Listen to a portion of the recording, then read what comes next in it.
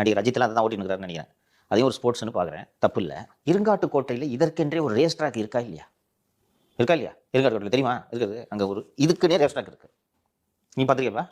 இருங்காட்டுக்கோட்டையில் இதான் இருக்குது. இந்த ரேஸ் நடத்துறதுக்கு இந்த ட்ராக் பல வருஷம் முன்னாடி போட்டதுன்னு நினைக்கிறேன். அவ்வப்போது ரேஸ்கள் நடக்கும். அங்கே நடத்தாமல் மவுண்ட் ரோடில் ஏன் நடத்துறீங்கன்றதை நம்ம கேட்டோம். இப்போ இந்த ரோடெல்லாம் வீடியோ எடுத்துட்டு வந்தேன், ஞாபகம் இருக்கா? இருக்கு.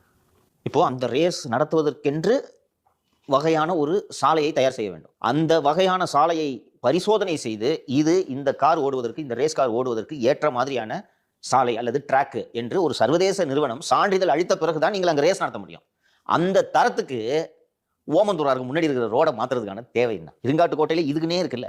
இதுதான் இந்த அரசின் மீது நான் மீண்டும் மீண்டும் வைக்கக்கூடிய குற்றச்சாட்டு. உங்களுக்கு மனசுல தமிழ்நாடு எங்களுக்கு சொந்தன்ற நினைப்பு இருக்கிறது இல்லைன்னா எதுக்கு இந்த வெட்டி வேலை பார்ப்பீங்க சொல்லுங்க? நீங்க ஏதாவது ஒரே ஒரு மக்கள் பயன் இதில் இருக்கிறதா? 2 நாள் ரிஹர்சல், ஒரு நாள் ரேஸ் நடந்தது, சரு ரேஸ் போயிட்டு வந்துச்சு. எந்த வகையில் தமிழகம் இதனால் பலனடைந்தது? அப்படியே நீங்க நடத்தணும்னு நினைச்சீங்கன்னா